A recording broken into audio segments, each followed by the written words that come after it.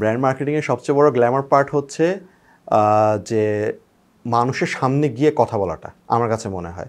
একটা ব্র্যান্ড কখন সাকসেসফুল হয়, যখন ব্র্যান্ড যেটা চায় এই কারণে মনে রাখুক, মানুষ এক্স্যাক্টলি ওই কারণেই ব্র্যান্ডটাকে মনে রাখে। আমার মতো দ্বিতীয়টা বাজারে ঘোরা উচিত, কারণ একটু আগে বললাম যে মানুষের সাথে মেশা। একটা মানুষ যেভাবে ইনসাইট দিবে, আমি যতই বই পড়ি ওইটা ওই অতটুকু আমি হয়তো ইন্টারনালাইজ করতে পারবো না। আমরা যখন কন্টেন্ট বানাই, কন্টেন্টে খুব ফোকাস থাকি, এটা আমার একটা লার্নিং। কন্টেন্টটা হিরো হয়ে যায়, প্রোডাক্টটা মানুষ ভুলে যায়।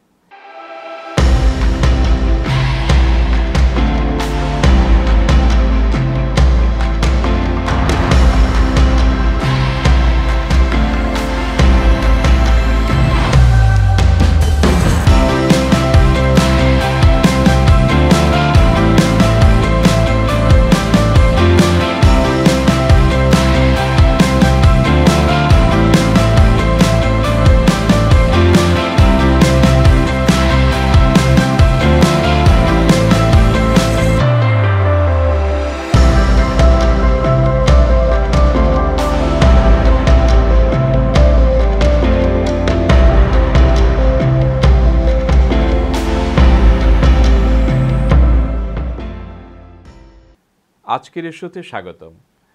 আমি আপন হাসান। আজ কথা বলবো এমন একজন ব্র্যান্ড বিল্ডারের সঙ্গে যিনি শুধু ব্র্যান্ড লঞ্চ বা মার্কেটিংয়ে করেন না, নতুন প্রতিষ্ঠান দাঁড় করানো থেকে শুরু করে প্রোডাক্ট ক্যাটাগরি গড়ে তোলাও যার প্রতিদিনের কাজ। সুপার মম, ড্যানো থেকে শুরু করে আজকের শান্তা লাইফ, সব জায়গাতেই তার ছোঁয়া। তিনি হচ্ছেন ফয়সাল বিন কামাল। আজ আমরা শুনবো তার অভিজ্ঞতার গল্প, মাঠে ময়দানে শেখা সব টুইস্ট, আর শেয়ার করব এমন কিছু কথোপকথন যা শুধুই ক্যারিয়ারের জন্য নয়, জীবনের জন্য জরুরি। চলুন শুরু করি আমার আজকের অতিথি ফয়সাল বিন কামালের সাথে। ফয়সাল, আমাদের এই শোতে আপনাকে আমন্ত্রণ জানাই। Thank you. আমরা এই শোতে নানান ধরনের বিষয় নিয়ে কথা বলি, জীবন, দর্শন, কাজ, শৈশব, এসব নিয়ে। শুরু করি তাহলে শৈশব দিয়ে। আপনার শৈশব কোথায় কেটেছে? থ্যাংক ইউ ভাইয়া প্রশ্নের জন্য। শৈশব আমার ঢাকাতেই, আমার জন্ম বেড়ে ওঠা সবই ঢাকাতে। আমরা নিউক্লিয়ার ফ্যামিলি থেকেই এসেছি। সো ঢাকা শহরে একটা নিউক্লিয়ার ফ্যামিলিতে যা হয়, ছোট একটা গণ্ডি থাকে, নিজেদের মধ্যেই থাকি আমরা, সেভাবেই বেড়ে ওঠা। মাঠের জায়গা খুব কম ছিল, তো বলতে পারছি না যে মাঠে দুরন্তপনা করে বেরিয়েছি, সেটা সুযোগ খুবই কম ছিল। তো এখনকার বাচ্চাদের মতো সেই টিভি সেট, গেমস, ওসব নিয়েই হচ্ছে আস্তে আস্তে বড় হওয়া। পড়াশোনাটাও ঢাকাতে, আমি উইলসে পড়াশোনা করেছি। লাস্টলি আমি আমার মাস্টার্স কমপ্লিট করলাম ঢাকা ইউনিভার্সিটি থেকে। সো ছোট একটা গণ্ডি, বাট মজার ব্যাপার যেটা ছিল যে আমরা পারিবারিকভাবে ঘোরাফেরা পছন্দ করতাম। তো দেখা গেছে যে শৈশবে দেশের ভিতরে বিভিন্ন জায়গাতে ঘোরার সুযোগ হয়েছে, এভাবেই বেড়ে ওঠা। আচ্ছা, মার্কেটিয়ারদের ব্যাপারে একটা মিথ বলতে বললে আপনি কি বলবেন? মার্কেটিংয়ের ব্যাপারে আমি যখন মার্কেটিং শুরু করলাম, আস্তে আস্তে যখন কাজ আগালো, একটা জিনিস আশেপাশ থেকে অনেক শুনেছি যে মার্কেটিয়ার মানে হচ্ছে ওই ব্যক্তি যে হচ্ছে সুন্দর সুন্দর অ্যাড বানাবে, শুধু কন্টেন্ট বানাবে, ফেসবুকে থাকবে, ইউটিউবে থাকবে, ওর কাজ হচ্ছে শুধু ক্রিয়েটিভ বানানো। এমনও শুনেছি যে ভাই একটা পোস্টার করে দেন বা অমুক একটা জিনিস বানিয়ে দেন। কিন্তু মার্কেটিংয়ের গণ্ডি অ্যাকচুয়ালি অনেক বড়। যখন কাজের ক্ষেত্রে আসলাম, দেখলাম যে মার্কেটিং তো একটা পণ্য নিয়ে কাজ করে বা একটা সেবা নিয়ে কাজ করে। সেটা কার জন্য তৈরি করবে, সেই ব্যক্তিটি কী চাচ্ছে সেটা খুঁজে বের করা, পণ্য বা সেবাটি তৈরি করা, ওই পুরো প্রপোজিশনটা বানানো, ওটা পুরো প্রোডাকশানে যাওয়া থেকে শুরু করে একদম কাস্টমারের কাছে দোরগোড়ায় নিয়ে যাওয়া, সব কিছু হচ্ছে মার্কেটিংয়ের গণ্ডির ভিতরে। তার একটা ছোট্ট অংশ হচ্ছে শুধুমাত্র কমিউনিকেশন। সো ব্যাপ্তি অনেক বড়, কিন্তু মানুষের বা সাধারণ মানুষের ধারণা যে মার্কেটিং মানে হচ্ছে শুধুমাত্র এই মানুষটি বিজ্ঞাপনের মধ্যেই থাকবে। তো এটাকে আমি মিথ হিসেবে দেখি। মার্কেটিং এবং অ্যাডভার্টাইজিং সবাই একটু গুলিয়েই ফেলে। শান্তা লাইফে মাত্র 7 মাসে অপারেশন চালু করলেন। প্রথম দিনের অফিস মিটিংটা কেমন ছিল? ইয়েস ভাইয়া, খুবই ইন্টারেস্টিং একটা গল্প। সেটা হচ্ছে আমি যখন শান্তা লাইফে আসি, একদমই নতুন কোম্পানি, আমরা সবাই নতুন, বিভিন্ন ক্ষেত্র থেকে এসে একটা জায়গাতে জড়ো হয়েছি যে আমরা একটা নতুন প্রতিষ্ঠান তৈরি করব। তো আমাদের প্রথম যে মিটিংটা ছিল, সেই মিটিংটাতে আমরা সবাই নতুন, এবং একটা প্রতিষ্ঠানের কী হয়, কিছু মূল মন্ত্র থাকে। আমরা আমাদের বিজনেসের ভাষায় বলি যে মিশন, ভিশন, ভ্যালুজ, প্রথম দিন আমরা এই ওয়ার্কশপটা করেছিলাম যে এই কোম্পানিটার ডাউন দ্য লাইন 10 বছর 20 বছরের মিশন ভিশন কী হবে, এর ভ্যালুস কী হবে, কোর কম্পিটেন্সি কী হবে, একদম ডে লং শুরু থেকে শেষ পর্যন্ত। That was A completely new experience for me. একে তো সবাই নতুন, প্রথম দিন পরিচয় হচ্ছে, এবং প্রথম দিনে আমরা এই ধরনের একটা বড় কাজ করছি যেটা প্রতিষ্ঠানটার অ্যাকচুয়ালি মূল মন্ত্র হিসেবে থাকবে একটা দীর্ঘ সময় ধরে। সো এভাবেই হচ্ছে ডে ওয়ানের যাত্রা শুরু। তারপর গুটি গুটি পায়ে আরও অনেক কলিগ আসলেন, আমরা একসাথে কাজ করা শুরু করলাম। একটা প্রতিষ্ঠান শুরু থেকে দেখা, স্টার্ট আপ শুরু থেকে দেখার একটা অভিজ্ঞতা হলো যে অনেক কিছু আমরা যখন প্রতিষ্ঠিত কোনো কোম্পানিতে চাকরি করি তখন আমাদের কাজ হয় ওটা চালিয়ে নিয়ে যাওয়া, আরও বড় করা। আর এখানে হচ্ছে একদম শুরু থেকে করা, কমপ্লিটলি ভিন্নভাবে চিন্তা করা। এভাবে বলা যায় যে আমার যদি আজকে নিজের একটা প্রতিষ্ঠান থাকে বা আমি চিন্তা করি যে কালকে একটা কোম্পানি দিব, এন্টারপ্রেনার যেভাবে চিন্তা করে সেইখান থেকে হচ্ছে চিন্তা শুরু। তো এইভাবেই আস্তে আস্তে এখনও কাজ চলছে। তো মিটিং ইনিশিয়েট কে করেছিলেন? ইনিশিয়েট আমাদের যারা সিনিয়র আছেন সেখান থেকেই তো শুরু, এজেন্ডাটা সেখান থেকেই আসছে। কিন্তু এখানে যেটা অভিজ্ঞতা হলো সেটা হচ্ছে এখানে সবাই actually initiator. It's not like যে একজন সিনিয়র আছেন যিনি বলে দিচ্ছেন এক্স্যাক্টলি কী করতে হবে। এক্সপেকটেশনটা ছিল যে যেহেতু আমরা বিভিন্ন ফিল্ড থেকে এক্সপার্ট লোকজন এসেছি, সবারই একটা অভিজ্ঞতা ঝুলিয়ে আছে, সেটা থেকে আমরা যেভাবে যে অংশতে কন্ট্রিবিউট করতে পারি। তো দেখা যাচ্ছে এখানে কোনো বস নাই, এখানে সবাই হচ্ছে চিন্তা করছে এটা একটা প্রতিষ্ঠান, যেটা আমার প্রতিষ্ঠান, আমাকে দাঁড় করাতে হবে। সেভাবেই হচ্ছে সবাই আমরা কন্ট্রিবিউট করেছিলাম। সুপারমম ডায়াপার ব্র্যান্ড বিল্ড করতে গিয়ে এমন কোনো জরুরি কনজিউমার ইনসাইট কি মনে আছে যেটা ব্র্যান্ড স্ট্র্যাটেজির মোড় ঘুরিয়ে দিয়েছিল? রাইট ভাইয়া, খুবই চমৎকার কিছু জিনিস পেয়েছিলাম ওই সময়। ওটা একদম ক্যারিয়ারের শুরুর দিকে ছিল। সো বাংলাদেশে যেটা হয়, ডায়াপারের ব্যবহারের ব্যাপারে আমাদের অভিভাবকরা যেভাবে চিন্তা করে, এই চিন্তাটা কমপ্লিটলি ডিফারেন্ট অন্যান্য ক্যাটাগরি থেকে। কিভাবে? সবচেয়ে বেশি ডায়াপার ব্যবহার হয় কখন জানেন ভাইয়া? যখন কেউ ট্রাভেলে যাচ্ছে বা যখন মেহমান আসছে। ডায়াপার খুবই এক্সপেন্সিভ একটা প্রোডাক্ট। সো বাংলাদেশের ডায়াপারের পেনিট্রেশন কিন্তু খুবই কম। আমি যে সময় কাজ করেছিলাম তখন লেস দ্যান 10% পেনিট্রেশন ছিল, মানে বাংলাদেশে যারা ব্যবহারযোগ্য ফ্যামিলি 10 ভাগের কম ডায়াপারটা ব্যবহার করে। মোস্টলি করে রাতে ঘুমানোর সময়, আর একটা বড় অংশ ব্যবহার করে হচ্ছে যখন ট্রাভেলে যাচ্ছে বা কোনো মেহমান আসছে। বিকজ মানুষ ওই এম্বারেসিং সিচুয়েশনটা চায় না যে, সো ওই জন্য হচ্ছে মূলত ব্যবহার করছে। কিন্তু আমরা কিন্তু যখন অ্যাটলিস্ট আমার ধারণা ছিল যে আচ্ছা এটা নিত্য প্রয়োজনীয় পণ্যের মতো প্রতিদিন ব্যবহার করবে, কিন্তু সাধারণ মানুষ কিন্তু এভাবে চিন্তা করছে না, ওনারাও একটু ভিন্নভাবে চিন্তা করছে। প্লাস আমাদের দেশে কালচারালি ডায়াপারের পরিবর্তে আরও অন্যান্য কাপড় বা কিছু ব্যবহার করা একটা প্রচলন আছে, যেটা হয়তো দাদি নানিদের থেকে আসছে, ওটা দেখে অভ্যস্ত, তো ওটাকে কেউ হার্ম মনে করে না।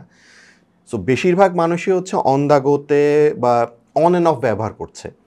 এই ইনসাইটটা আমরা চমৎকারভাবে কাজে লাগাই আমাদের যখন ব্র্যান্ডটাকে বিল্ড করতে হয়। ওই সময় কীরকম, আমরা একটা অ্যাক্টিভেশন লঞ্চ করি, যেটা অনেকগুলো লেগ ছিল।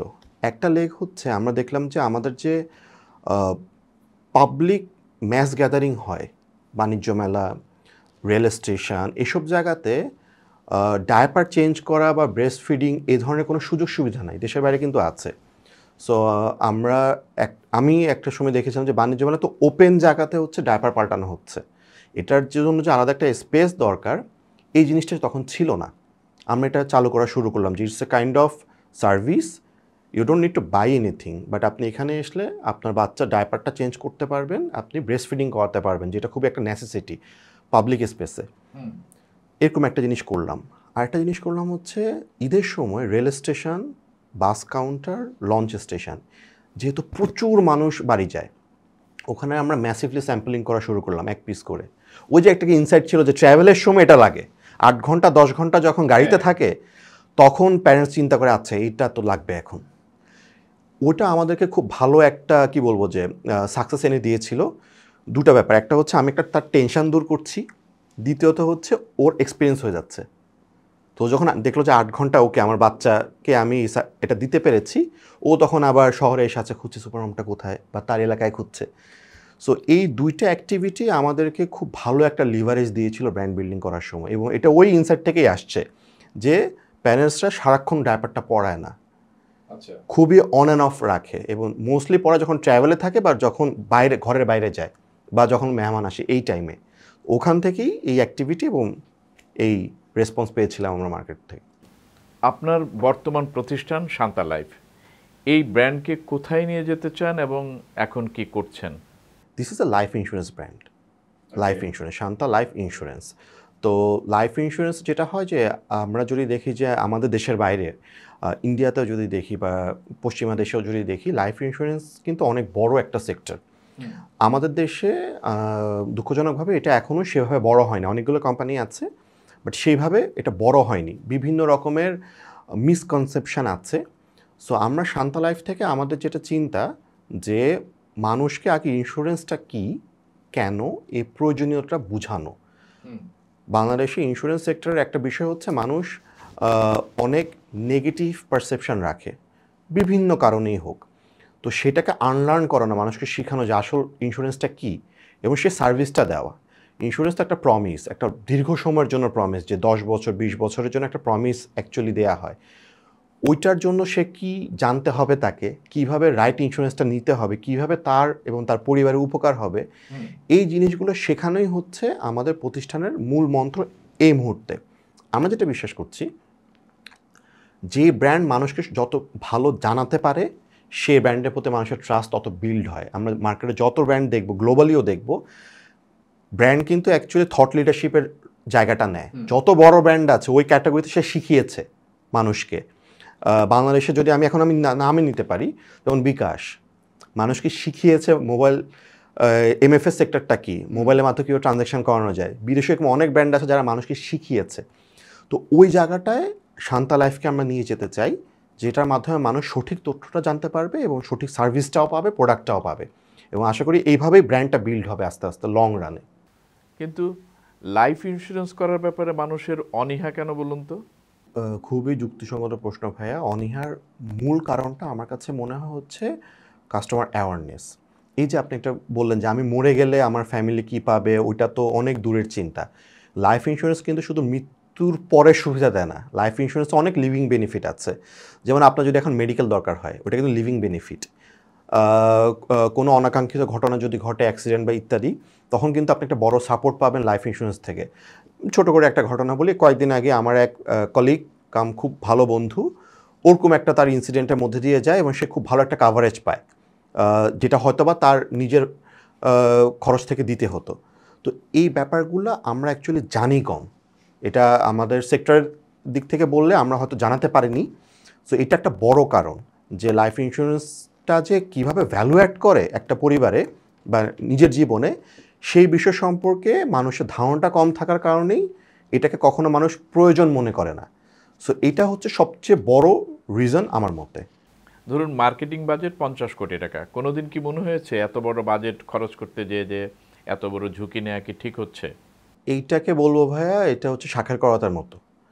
তো টেম্পটেশন তো মার্কেটিয়ারদের কাজই করে, যখন একটা বড় বাজেট থাকে টেম্পটেশন থাকে যে ঠিক আছে আমি অনেক কিছু করে ফেলবো। আবার একই সাথে এটার ওই দায়িত্ববোধের ব্যাপারটাও থাকে যে আমরা যাই স্পেন্ড করছি সেটা রিটার্নটা কী আসছে। আমি আমার দীর্ঘ ক্যারিয়ারে দেখেছি যে আমরা প্রতিটা খরচ যেটা করছি ব্র্যান্ড বিল্ড করার জন্য, ওটার রিটার্নটা খুব শক্তভাবে দেখার চেষ্টা করি, রিগোরাসলি দেখার চেষ্টা করি যে রিটার্নটা আসছে নাকি। তো ওটা একটু আমাদের কি বলবো যে আমাদের টেম্পটেশনটাকে ধরে রাখে, যে আমার আজকে মনে হলো বা প্রতিষ্ঠানের মনে হলো যে ঠিক আছে আমাদের অনেক বড় বাজেট আছে, আমরা অমুক একটা জায়গাতে বিশাল একটা স্পন্সরশিপ করে ফেলি। বাট তখন অ্যাজ এ বিজনেস ম্যানেজার হিসেবেও আমাদেরকে চিন্তা করতে হয়, আচ্ছা করবো তো, কিন্তু ওখান থেকে রিটার্নটা কী আসবে। হয় অনেক বেশি মানুষ জানবে, আমার ব্র্যান্ডের ইকুইটি বাড়বে, না হয় অনেক বেশি ব্যবসা হবে, আমার পণ্যর বিক্রি বাড়বে, দুটোর একটা তো হতে হবে। সো সেই জিনিসটা আমরা সবসময় একটু চেক অ্যান্ড ব্যালেন্সে রাখার চেষ্টা করি। এভাবেই হচ্ছে অ্যাকচুয়ালি কাজটা করা হয়। টেম্পটেশন সবসময় থাকে ব্র্যান্ড ম্যানেজারদের, ব্র্যান্ড মার্কেটিয়ারদের মধ্যে, বাট একই সাথে আমরা ওই বিজনেস ম্যানেজারের হ্যাটটাও পরি, যে শুধুমাত্র কন্টেন্ট বানানোই না, এটা বানিয়ে আমাদের রিটার্নটা কী আসবে প্রতিষ্ঠানে সেটাও বোঝার চেষ্টা করি। তো সেটা অনেকটুকু চেক অ্যান্ড ব্যালেন্স করে ফেলে। ফিনান্সিয়াল ম্যানেজমেন্ট এবং ইনভেস্টমেন্ট নিয়ে কোনো সাজেশন দেবেন আমাদের ইয়াং জেনারেশনের জন্য? ফাইন্যান্সিয়াল ম্যানেজমেন্টে আনফর্চুনেটলি বাংলাদেশে আমরা যদি প্রাতিষ্ঠানিক শিক্ষা দেখি, আমাদের কিন্তু স্কুল কলেজ ইউনিভার্সিটিতে সেইভাবে ফাইন্যান্সিয়াল ম্যানেজমেন্ট আদার দেন আমি যদি ফাইন্যান্স কোর্স না নিই ওভাবে কিন্তু আমাদের ক্যারিকুলামে নেই। তো আমরা যেটা করি যে আমরা ওই আমাদের বাবা দাদারা যেভাবে করে এসেছে ট্রেডিশনাল ওইটাকে একটা রেফারেন্স পয়েন্ট হিসেবে নিই, অথবা বন্ধুবান্ধবের সাথে কথা বলি। এখন যেটা হচ্ছে যে মানুষ ইন্টারনেট থাকার কারণে ইউটিউবে যাচ্ছে, ফেসবুকে যাচ্ছে, অনেক ভ্যারাইটিস অফ অপশান পাচ্ছে এবং অনেক স্ক্যামও সামনে আসছে আস্তে আস্তে করে। তো এগুলো খুব টেম্পটেশন দেয়। সাজেশান যদি বলি ভাইয়া, সেটা হচ্ছে অনেক এটার জন্য জানাশোনা দরকার। কোথাও জাম্প অন না করে একটু পড়াশোনা করে বা একটু জেনে শুনে, এখন তো জানার অনেক সোর্স আছে, ইউটিউব যেহেতু ওপেন সোর্স, একটা বিষয় নিয়ে আমি 10টা ভিডিও দেখতেই পারি ওখানে, তখন আমি প্রজ অ্যান্ড কনস সব কিছু জানতে পারবো। তো সেটা একটা জরুরি বিষয়। আর দ্বিতীয়ত ফাইন্যান্সিয়াল সেক্টরে যেটা হয় যে ওই যে একটা কথা আছে যে যেই টাকা খুব দ্রুত আসে সেটা খুব দ্রুত চলেও যায়। সো যেই সব আইটেম বা ইনস্ট্রুমেন্ট খুব লুক্রেটিভ, খুব বেশি লুক্রেটিভ, সেটার ব্যাপারে অবশ্যই সচেতন হওয়া উচিত, আরও বেশি করে পড়াশোনা করা উচিত। শান্তা থেকে আমরা যেটা করছি, আমরা যদি বলি আমাদের তো একটা ফাইন্যান্সিয়াল ইকোসিস্টেম আছে, আমাদের শান্তা অ্যাসেট ম্যানেজমেন্ট আছে যেখান থেকে আমরা মিউচুয়াল ফান্ড নিয়ে কাজ করি, আমাদের শান্তা সিকিউরিটিজ আছে, শান্তা ইকুইটি আছে, শান্তা লাইফও আছে। প্রত্যেকটা কোম্পানি থেকে আমরা চেষ্টা করি মানুষকে সেই প্রপার নলেজটা দেওয়ার জন্য, যে ফাইন্যান্সিয়াল মার্কেটে যখন আপনি আসবেন কোনো একটা ইনভেস্ট করতে, এই ইনভেস্টমেন্টটা মানে হচ্ছে এটার মাধ্যমে আপনি এটা পাবেন, এত সময়ের মধ্যে পাবেন। নাথিং ইজ কুইক মানি। আপনাকে প্রপার নলেজটা দিলাম, নলেজের প্ল্যাটফর্মটা দিলাম, আপনি জেনে শুনে বুঝে কাজটা করেন। সো এইটা শুধু বাংলাদেশ না, এটা গ্লোবালি প্রত্যেকটা ফাইন্যান্সিয়াল মার্কেটে যারা কাজ করে, ব্র্যান্ড মার্কেটিয়ার বলি বা অন্যান্য রোলে বলি, সবাই একটা জিনিসই বলে, because this is about money. So আপনি জেনে শুনে বুঝে আপনার টাকাটা দেন, রাদার দেন কুইক মানির পেছনে না দৌড়ে। স্কোয়ার ট্রালিডিজের অ্যাক্টিভেশনের সময় রুরাল মার্কেটে এমন কোনো ঘটনা ঘটেছিল যেটা আপনার ভাবনাকে বদলে দিয়েছে? আমরা স্কোয়ার থাকতে মনে আছে যে আমরা একটা প্রোডাক্ট, সেটা আমরা কাইন্ড অফ রিলঞ্চ করেছিলাম। আচ্ছা, রিলঞ্চ মানে packaging change. So packaging change করার কারণে আমরা যে অ্যাক্টিভেশনটা করি সেটা পুরো ড্রামা বেস ছিল। একদম মার্কেটের ভিতরে গিয়ে প্রত্যন্ত অঞ্চলে আমরা ড্রামা করছি, ড্রামা প্লে করছি, এবং ড্রামাটা এমন ছিল যে একজন রাজা আসছে, পুরো রাজকীয় পোশাক পরা, তার সাথে তার পাইক পেয়াদা, সাথে ঢোল নিয়ে আসছে, মানে ইটস এ পিওর ড্রামা। এবং যেটা হয় যে আমাদের রুরালে কিন্তু এই ধরনের ড্রামা বেস অ্যাক্টিভিটি প্রচণ্ড রকম মানুষ পছন্দ করে, খুবই আই ক্যাচি। একই জিনিস শহরে করলে হয়তো মানুষ খেয়াল করতে কম, বাট যখন আমরা গ্রামে গিয়েছি, গ্রামে বলতে যে গ্রামের বাজারগুলোতে গিয়েছি, আমরা কিন্তু খুব ভালো রেসপন্স পেয়েছিলাম। এবং এটা বলা হয় ভূত থেকে ভূতে আর কি, মুখে মুখে ছড়িয়ে গেছে যাচ্ছে ওখানে রাজা আসছে, রাজাকে দেখে আসি চলো। রাজাকে বসিয়ে তাকে খাওয়াচ্ছে, তার কিন্তু একটা রুট প্ল্যান আছে যে পরে কোন বাজারে যাবে, সে বাজারে আরেক বাজারে যেতে পারছে না, কারণ মানুষজন ধরে বসে আছে, তার সাথে ছবি তুলবে। তো গ্রামের মানুষজন, গ্রামে বলতে কি সেমি আরবান অ্যান্ড রুরালে মানুষজন এগুলো খুব এনজয় করে। এখনও আমরা এটাকে ট্রেডিশনাল অ্যাক্টিভিশন হিসেবেই ধরি, বাট এগুলো কিন্তু প্রচণ্ড রকম মানুষ পছন্দ করে, এই এন্টারটেনমেন্টগুলো। এবং এন্টারটেনমেন্টের ছলে কিন্তু সে বুঝে যাচ্ছে আচ্ছা একটা নতুন ব্র্যান্ড আসছে বা প্রোডাক্ট আসছে, আমাদের নিয়ে কথা বলছে, আমাদেরকে এক্সপিরিয়েন্স করাচ্ছে, এবং এটা কিন্তু মাথায় থেকে যায়, কারণ প্রতিদিন ব্র্যান্ড ওখানে যাচ্ছে না। যখন একটা এভাবে পুরো সেট আপ নিয়ে যায়, এটা প্রচণ্ড রকম তাদের মনে দাগ কাটে। সো এটা খুব একটা ভালো ইন্টারেস্টিং এক্সপিরিয়েন্স ছিল যে আমরা অন্য একটা মার্কেটে যেতে পারছি না, আমাদের গাড়ি আটকে রাখছে যে আপনি এখানে থাকেন, দুপুরে খেয়ে যান। আপনি দীর্ঘদিন ব্র্যান্ড বিল্ডিং কাজ করছেন, আপনার পরামর্শ কি হবে ছোট মাঝারি ব্যবসায়ীদের জন্য, বিশেষ করে যারা কমার্স করছে, যেমন একজন শাড়ি বিক্রেতা, তারা নিজেদের ব্র্যান্ড বানাবে কি করে? এখানে ভাই একটু থিওরিটিক্যাল কথা বলি তাহলে। সেটা হচ্ছে ব্র্যান্ডের একটা অংশ হচ্ছে প্রচারণা, আরেকটা অংশ হচ্ছে আমি কি প্রচারণা করছি সেটা ঠিক করা। এই কি প্রচারণা করছে এটা ঠিক করা, এখানে হচ্ছে সবচেয়ে বেশি কাজ করা উচিত, কারণ প্রচারণার মাধ্যমগুলো খুব কমন। আমি হয় ফেসবুকে যাব, ইউটিউবে যাব, ট্রেডিশনাল চ্যানেলে যাব, আমি বলবো যে আমি কি নিয়ে আসছি, বাট তার আগে আমরা যা নিয়ে কাজ করছি সেটা মানুষের কোন চাহিদাটা অ্যাকচুয়ালি ফুলফিল করে সেটা নিরূপণ করা, এবং সে কেন এই প্রোডাক্টটা কিনবে সেটা নিরূপণ করা। ফর এক্সাম্পল, আমি যদি ধরেন একটা শাড়ি নিয়ে চিন্তা করি, আপনি যেহেতু শাড়ি এক্সাম্পল দিলেন, সে শাড়ি বিক্রি করছে, বাজারে তো অনেক শাড়ি আছে। এই শাড়ির বৈশিষ্ট্য কী? এটা কি টাঙ্গাইলের শাড়ি, এটা কি মসলিন, না এটা কি? এর যে একটা পরিচয় তৈরি করা, এইটা প্রচণ্ড রকম জরুরি, কারণ মানুষ যখন কোনো একটা ক্যাটাগরি ব্রাউজ করে সে কোনো একটা চাহিদা থেকে করে যে ঠিক আছে আমি একটা শাড়ি কিনবো যেটা যেটা দেখে মানুষ বলবে যে খুব সুন্দর ট্রেডিশনাল একটা শাড়ি কিনেছো। এটা যদি মানুষের মাথায় চাহিদা থাকে তাহলে আমি যদি শাড়ি বিক্রেতা হই আমার শাড়ির পজিশনিংটা ওইভাবে করতে হবে যে এটা হচ্ছে বাংলাদেশের ট্রেডিশনাল শাড়িগুলোর মধ্যে সবচেয়ে ভালো শাড়ি, একদম সিম্পল ভাষায় বলছি। সো এই পরিচয়টা তৈরি করা, সো দ্যাট সে যখন ব্রাউজ করবে যে আমার একটা শাড়ি লাগবে, আমি অনলাইনে গেলাম ট্রেডিশনাল শাড়ি কোথায় পাওয়া যায়, ওর মাথা যেন সবার আগে আমার কথা আসে। আমি এখানে একটা ছোট্ট এক্সাম্পল দিই। অ্যাগেইন একটা খুব ভালো লোকাল ব্র্যান্ড আড়ং। আপনারা চিন্তা করেন, আমরা যখন চিন্তা করি যে আচ্ছা আমি বাসার জন্য একটা কিছু কিনবো বা কাউকে একটা গিফট দিব, এক ছাদের নিচে গেলে কি পাওয়া যাবে? সব বেশিরভাগ জিনিস আছে, আমাদের মাথায় কিন্তু আড়ংটা আসে। আড়ংটা আসে কেন? আড়ং নিজেকে এভাবে পজিশন করেছে যে বাংলাদেশের জিনিসপত্র যদি তোমার লাগে, অথেন্টিক শাড়ি হোক, বেডশিট হোক, হোয়াট এভার, হ্যান্ডিক্রাফট হোক, তুমি এক ছাদের নিচে এখানে পাবা। তো যখন আমার মাথায় আসছে যে আমি ইভেন আমার এটা গতকাল এক্সপিরিয়েন্স থেকেই বলছি, আমি একটা জায়গায় গেলাম দাওয়াত খেতে, একটা গিফট চিন্তা করছি, আচ্ছা আড়ংয়ে যাই, এখানে তো সুন্দর কিছু একটা পাবো বাসায় দেওয়ার জন্য।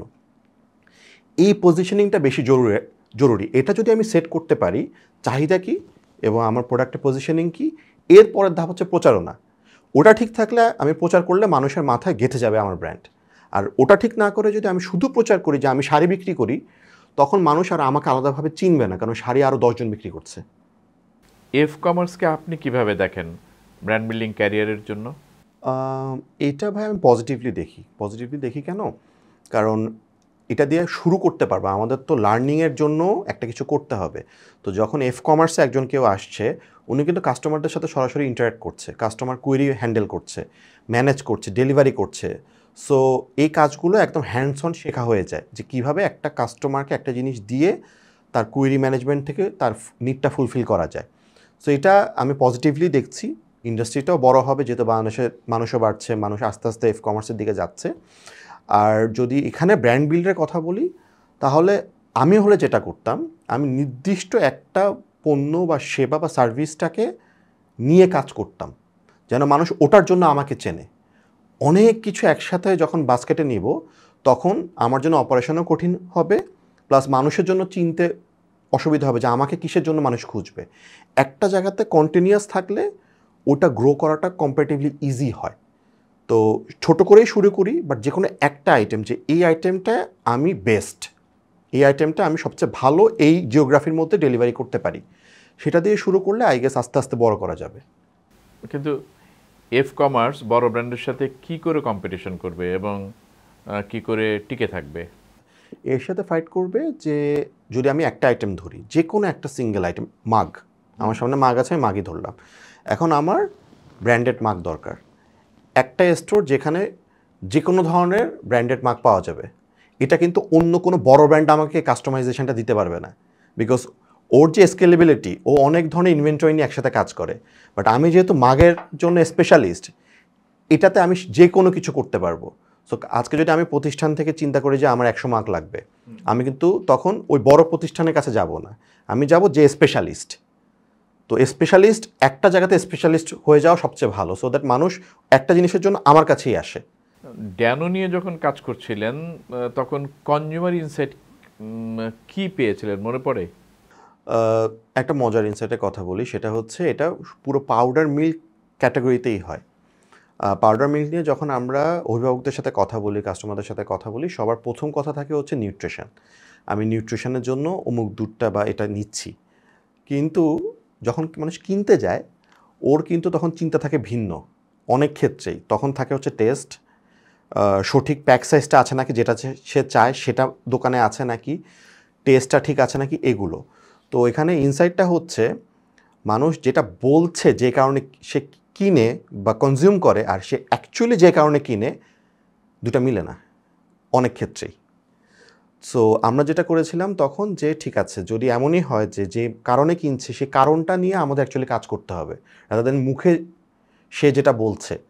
বাস্তবতা হচ্ছে সে যে কারণে কিনে সেইটাতে যদি আমি হ্যামার করতে পারি, তাহলে আমাদের পণ্যের প্রতি মানুষের ডিমান্ডটা বাড়বে।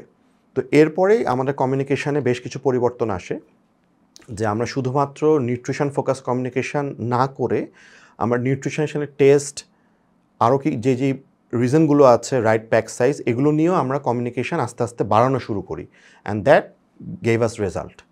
সো এটা একটা ভালো ইনসাইট ছিল যে আমাদেরও মনে হয়েছিল যে মানুষ শুধু নিউট্রিশনের জন্যই দুধ নিচ্ছে, কিন্তু বাস্তবতা সেটা না। সে মুখে বলে নিউট্রিশনের জন্য দুধ নিচ্ছি, কিন্তু যখন সে দুধটা কেনে সে চিন্তা করে আমার চাটা ভালো হবে নাকি, চায়ের রঙটা ঠিক আসবে নাকি।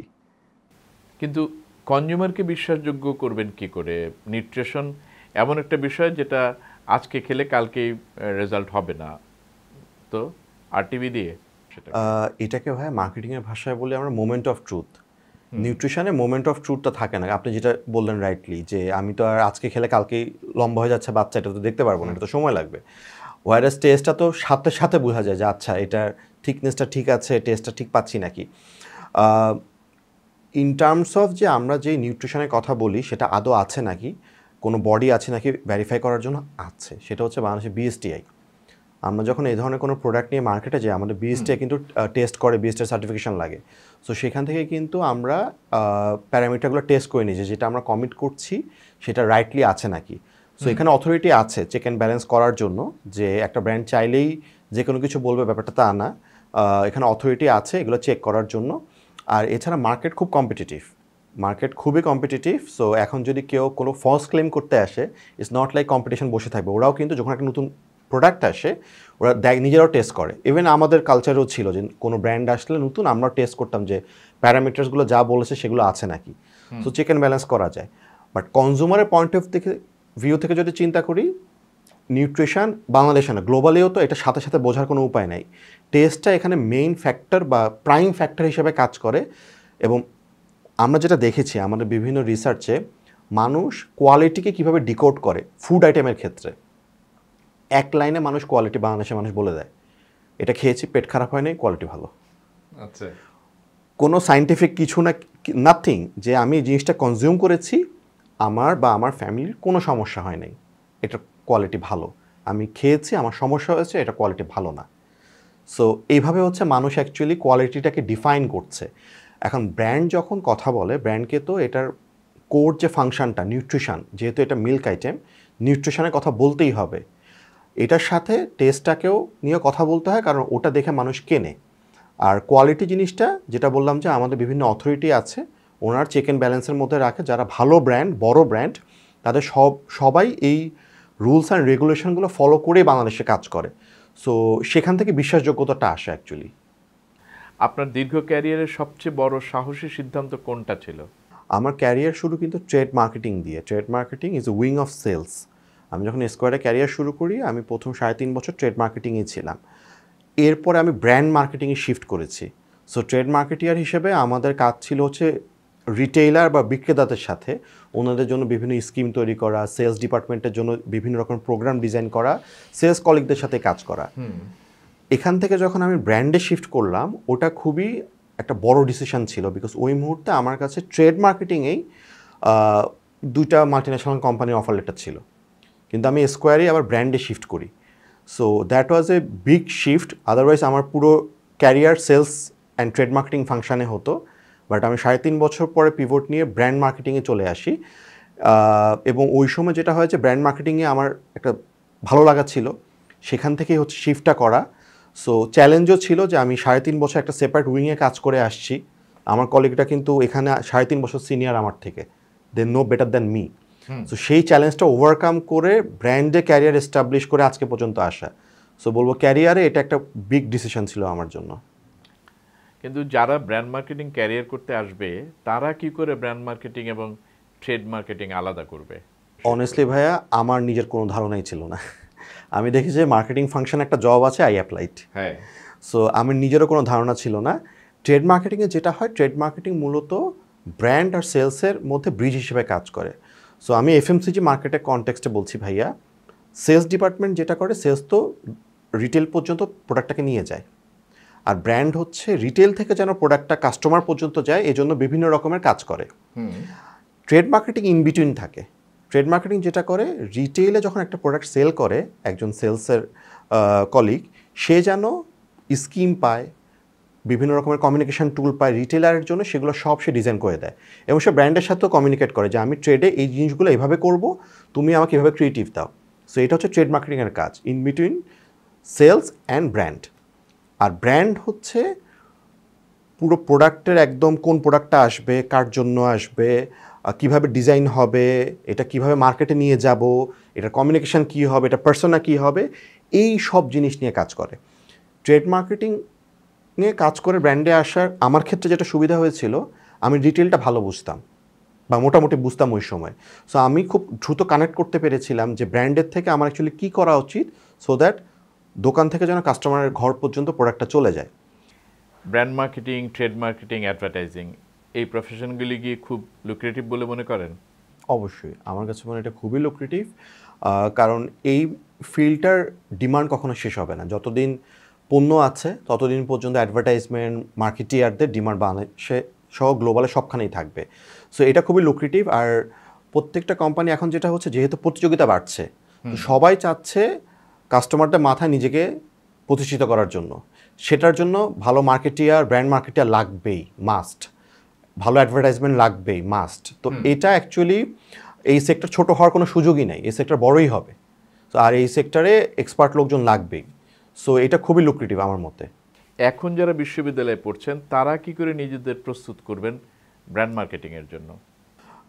এখন যেহেতু অনেক রকমের রিসোর্স আছে ইন্টারনেটে বা অনেক রকমের কাজের সুযোগ আছে, এখন যেটা হয় যে অনেক প্রতিষ্ঠানে ইন্টার্ন হিসেবে কাজ করা যায়, অনেক প্রতিষ্ঠানে স্টুডেন্ট থাকা অবস্থায় অ্যাপ্রেন্টিস হিসেবে কাজ করা যায়, বিভিন্ন কাজের সুযোগ থাকে। প্রতিষ্ঠানের বাইরেও দেখা যাচ্ছে, আমি যেমন আমার নেটওয়ার্কে দেখে আমার যারা জুনিয়র আছে তারা স্টুডেন্ট লাইফ থেকে কোনো না কোনো বিজনেস, ছোটোখাটো বিজনেসের সাথে রিলেটেড। সো এগুলো কিন্তু খুব ভালো এক্সপিরিয়েন্স দেয় কাস্টমার হ্যান্ডেলিং করার। ব্র্যান্ড মার্কেটিংয়ে আমার কাছে মনে হয় সবচেয়ে বেশি ইম্পর্ট্যান্ট হচ্ছে মানুষকে বোঝা। একটা মানুষ কীভাবে চিন্তা করে, সে যে কোনো একটা পণ্য নিয়ে হোক, সেবা নিয়ে হোক, তার চিন্তার প্রক্রিয়াটা কী। স্টুডেন্ট থাকা অবস্থায় যখন কেউ এই ধরনের কাজের সাথে সম্পৃক্ত হচ্ছে বা কোনো রিসোর্সের সাথে সে এঙ্গেজ হচ্ছে, সেই এক্সপিরিয়েন্সটা পায়।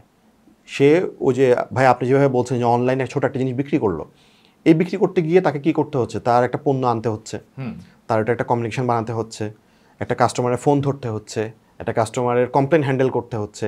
সে কিন্তু বুঝছে যে এই মানুষটা চিন্তা করে কিভাবে।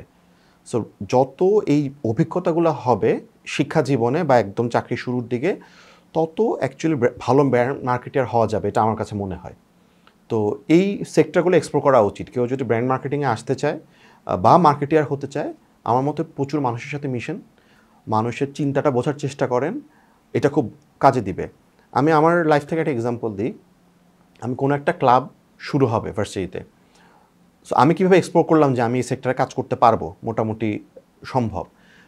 ওই দিন আমরা একটা জাস্ট ছোট টেবিল নিয়ে ক্যাম্পাসের সামনে বসছি যে নতুন সদস্য রিক্রুট করা। আচ্ছা।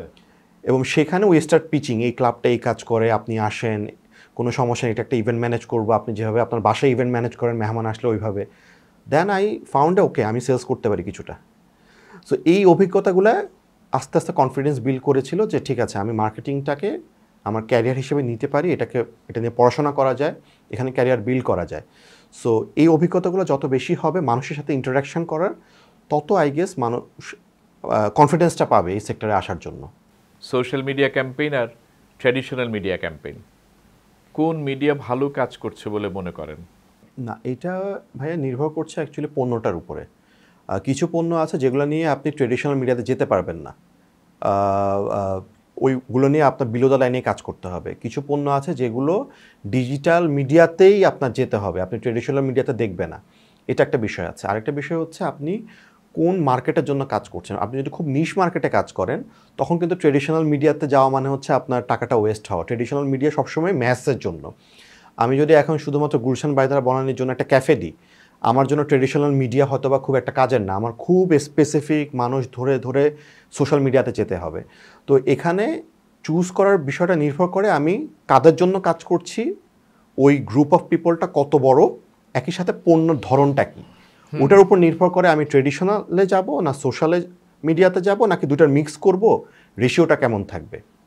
কিন্তু এখন তো প্রায়ই শুনি বাজেট কম কাজেই ডিজিটাল মিডিয়ায় কিছু বিজ্ঞাপন করে দিন, বাজেট কম কাজেই টিভিসি বানানো যাবে না, ওভিসি বানিয়ে দিন।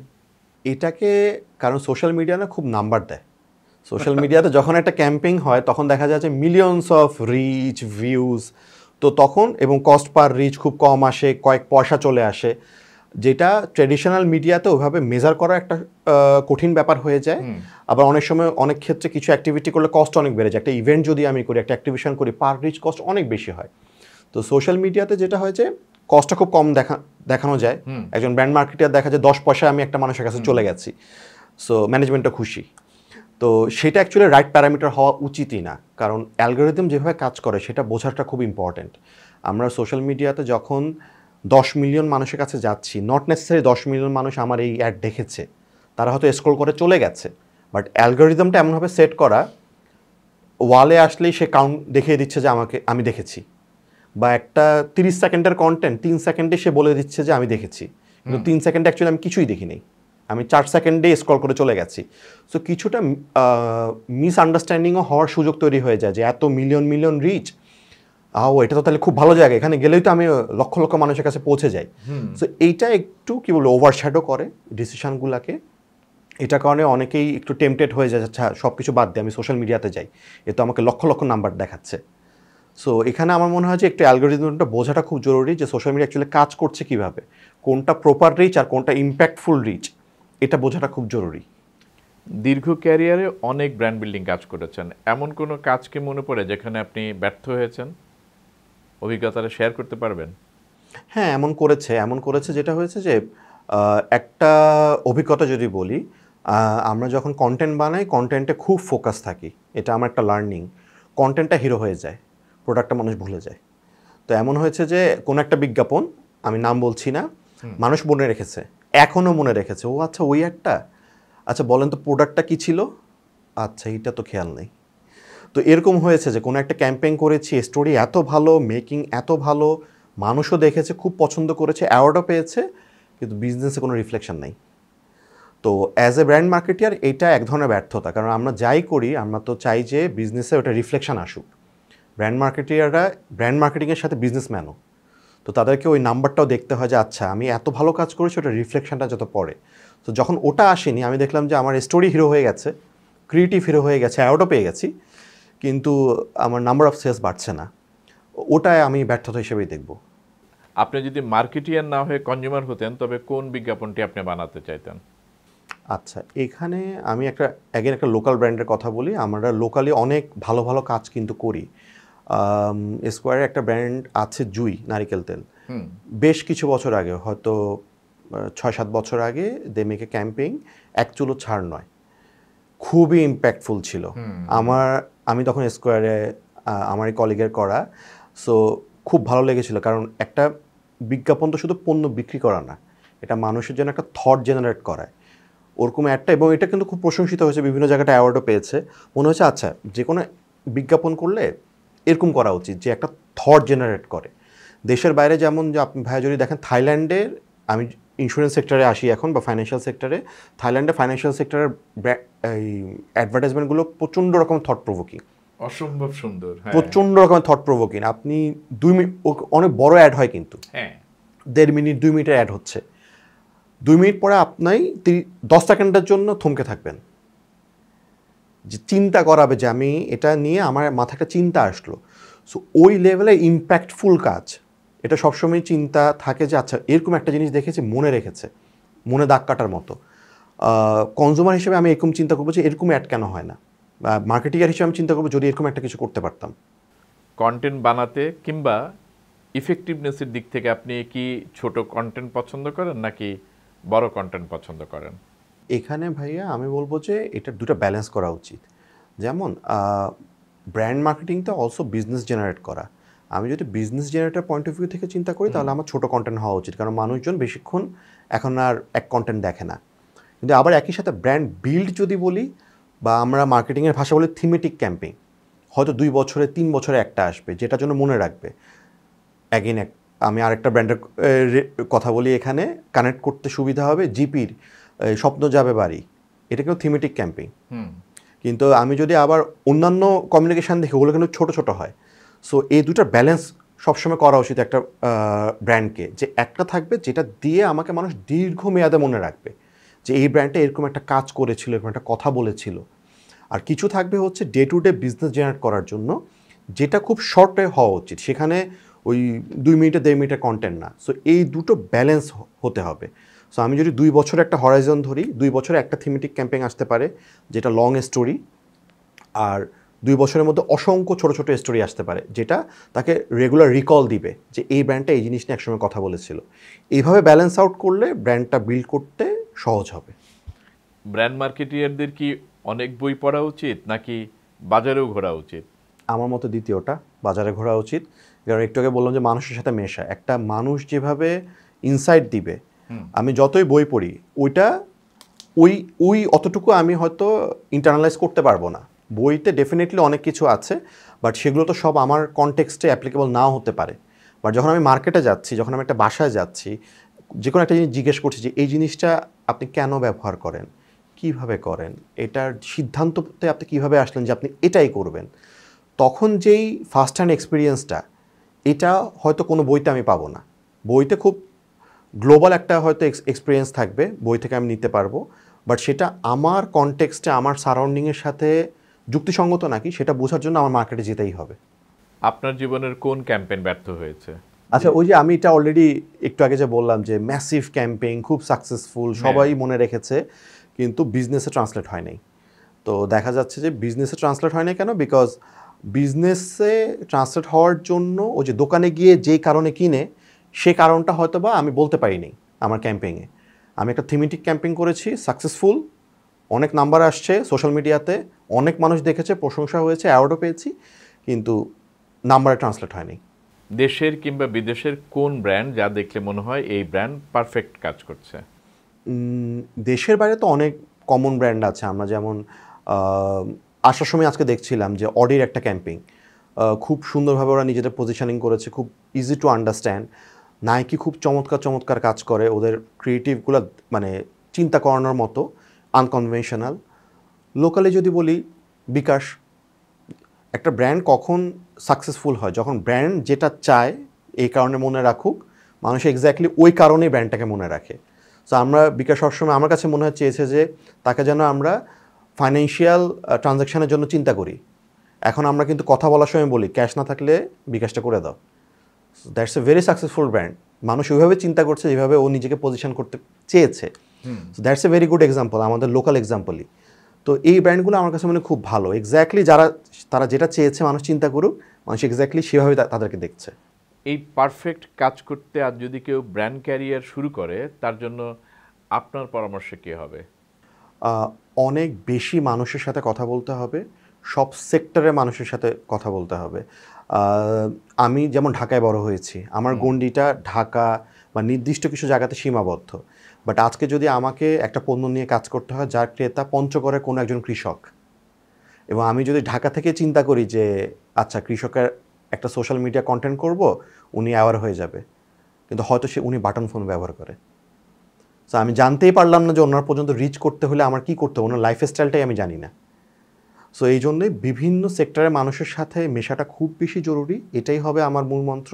আমি নিজেও এটা প্র্যাকটিস করি, সো দ্যাট আমি ওনাদের থটটা বুঝতে পারি, ওনাদের শুতে যেন আমার পাটা রাখতে পারি, রাদার দেন আমি যেটা চিন্তা করছি সেটাতে লিমিট না থেকে। ব্র্যান্ড সবসময় একটা আলাদা ব্যক্তি, সে আলাদাভাবে চিন্তা করে। সো আমার চিন্তাটা আমার ব্যক্তির চিন্তাটা ব্র্যান্ডের চিন্তা যেন না হয়, সে যেন কনজিউমারের ভাষায় কথা বলতে পারে। সেই জন্য অনেক মানুষের সাথে কথাবার্তা বলা, আশেপাশটা দেখা, কোন জিনিসটা কীভাবে হচ্ছে সেই জিনিসটাতে নজর রাখা, এটা হলে আই গেস ব্র্যান্ড মার্কেটিংয়ে খুব ভালো করা যাবে। সো ইটস নট লাইক যে অনেক বই পড়তে হবে বা অনেক বছরের এক্সপিরিয়েন্স, অনেক বড় কোম্পানিতে কাজ করতে হবে, not necessary. How to read people, that is the most important thing. Brand মার্কেটে কি কোনো গ্ল্যামার পার্ট নেই? অবশ্যই আছে ভাইয়া। ব্র্যান্ড মার্কেটিংয়ের সবচেয়ে বড় গ্ল্যামার পার্ট হচ্ছে যে মানুষের সামনে গিয়ে কথা বলাটা, আমার কাছে মনে হয়। কয়েকদিন আগে কোনো একটা ইউনিভার্সিটিতে গেলাম, সেখানে কথা বললাম, অনেকগুলো মানুষ তাকিয়ে আছে, ব্র্যান্ড ম্যানেজার আসছে বা মার্কেটিং ম্যানেজার আসছে। এটা হচ্ছে একটা গ্ল্যামারাস পার্ট। যেহেতু কমিউনিকেশন নিয়ে কাজ করি আমরা, এটা মানুষের একটা পারসেপশান যে আচ্ছা কমিউনিকেশান, দেন হচ্ছে মিডিয়া, এইসব জায়গাতে ব্র্যান্ড মার্কেটিং কাজ করে। সো এটা একটা গ্ল্যামারের জায়গা। মিডিয়াতে যারা কাজ করে, মিডিয়া তো ইটসেলফ একটা গ্ল্যামারের জায়গা। সো মানুষ ব্র্যান্ড মার্কেটটাকে তার সাথে কানেক্ট করে। সো এগুলো অনেক বেশি গ্ল্যামার দেয়। আরেকটা জিনিস বলবো যে আরেকটা গ্ল্যামারের জায়গা, এটা আমি ব্যক্তিগতভাবে মনে করি যদি কোনো প্রোডাক্ট বা সার্ভিস অন দ্য শেলফ থাকে, that is a very glamorous thing for a brand marketeer. আমার একটা প্রোডাক্ট যেটা নিয়ে আমি এতদিন কাজ করেছি সেটা অন দ্য শেলফ আছে, পিপল আর পিকিং দ্যাট, সেটা অনেক বেশি একটা কি বলবো যে প্রাইড দেয়, অনেক বেশি কথা বলার সুযোগ তৈরি করে দেয় যে দিস ইজ সামথিং আমরা মিলে করেছি। অনেক অনেক ধন্যবাদ ফয়সাল বিন কামাল Thank আমাদের you. এখানে আসার জন্য, এশোতে আসার জন্য। আজকের মতো আমরা এখানেই শেষ করি। ব্র্যান্ড মার্কেটিয়ার ফয়সাল বিন কামালের অভিজ্ঞতার গল্প থেকে আমরা শুনলাম মার্কেটিং মানে শুধু বাজেট আর বিজ্ঞাপন না, এটা এক ধরনের জার্নি যেখানে সাহস, কনভিকশন আর কনজিউমার ইনসাইট এসব মিলিয়ে তৈরি হয় সেরা ব্র্যান্ড। এসোর এই পর্বে তার প্রতিটি উত্তর আমাদের একটা করে দরজা খুলে দিল, যেখানে শুধু ক্যারিয়ার নয়, শেখা আছে জীবনেরও। শোনার জন্য অনেক অনেক ধন্যবাদ। আগামী এশোতে আসবো আরেকজন চিন্তাশীল, পরিশ্রমী মানুষের সঙ্গে। ততদিন পর্যন্ত ভালো থাকুন, সুস্থ থাকুন, সুন্দর থাকুন। জানুন, জানান এশোর কথা। আর শোনার ভিতর দিয়ে গড়ে তুলুন নিজস্ব দৃষ্টি, আপনার সৃষ্টি। টাটা।